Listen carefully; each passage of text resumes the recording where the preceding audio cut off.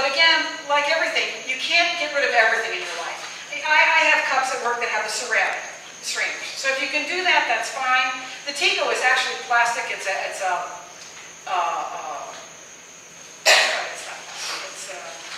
acrylic, okay? Which plastic isn't great for you, but if you drink as much tea as I do and you're on the go, it keeps it hot for a long, long time, and the strainer is built into the bottle, and yes, you're getting a little bit of plastic. You know, not as much as drinking the bottle of water all day long. You know, but if you could try it, I can't find it made in glass. I'm trying, but because I don't care for the plastic. But you're not going to get rid of everything in your life. I mean, you really aren't. Like I learned with Miguel, you try to eliminate as much as you can. My husband hasn't bought deodorant since I started this because he taught me how to make deodorant. My husband hasn't. I make my own toothpaste. He hasn't used. You know, like I learned from Miguel, I learned to read the labels. I learned to read the toothpaste label, and the label says if you swallow too much of it, to call the Poison Control Center. You know, I thought I'd read that before, but I forgot.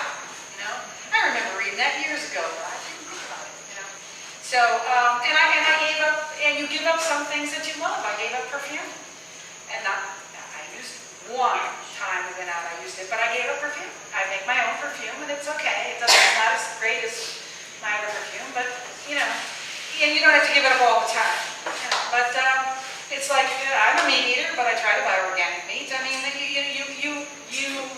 you have to fit into your life what you can fit into your life. I don't buy bleach anymore. He taught me how to do something that was better than bleach, but I still have to buy laundry soap, so I try to buy the stuff that doesn't have the scents and the flavoring of perfume, and you know, I don't buy salmon if it's red.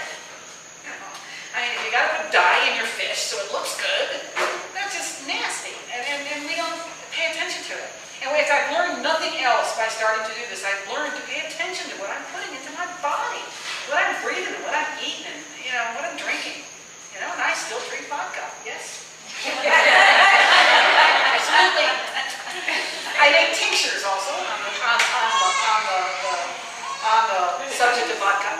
I had learned through him and also through reading that I got my grain alcohol, and I distill my herbs in grain alcohol. And I don't know anybody else who does this. I'm sure there are some people who make tinctures out there, but they're from, if I would probably be a couple hundred years ago been burned at the stake for it, but they're just an amazing thing. You know, you grind your herbs very fine, and you distill them for a few months, and then you have the tincture. I have a tincture of valerian, which 5 drops, and you sleep just fine. You don't have to take that sleeping pill. I have a tincture for headaches now because my husband has migraines, and it works real well. And, you know, he only has to take a few drops and a cup of water or a cup of tea or whatever it is he's drinking. But I think that if you just pay attention, just read. You know, if you've got kids and grandkids, try to teach them. My kids, I would never have thought that my kids would pay attention, and they do. They were food junkies. I had a daughter who lived on Taco Bell. She lived in Taco Bell, you know, and that she wouldn't think to go there now.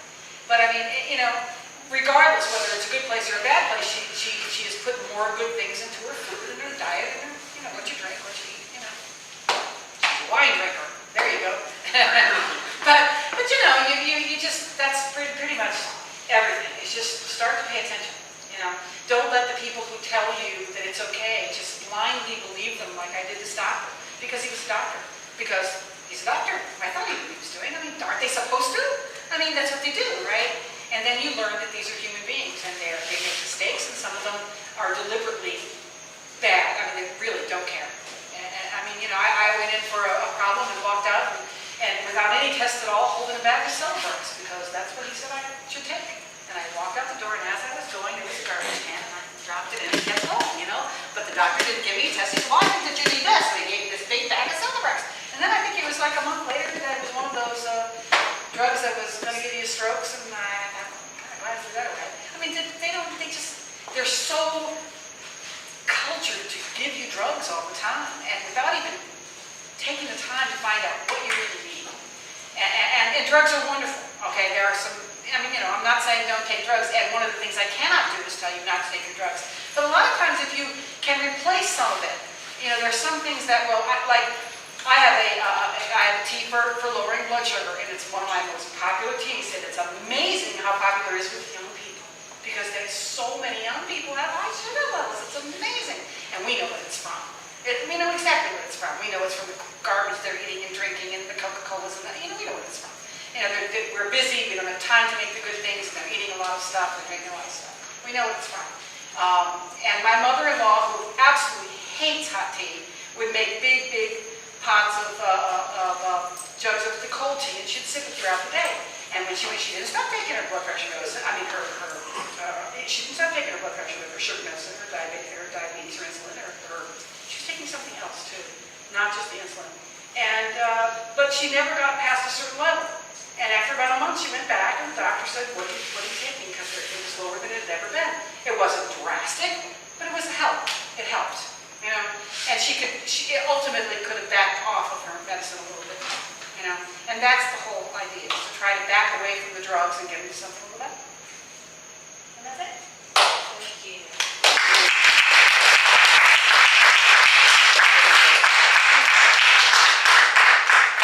What is your website? Oh, teainsanity.com. You can email me there. You will be answered back if there's any particular questions. If I don't know it, I will find the answer for you. Because that's what I do on my off hours, is just research as much as I possibly can.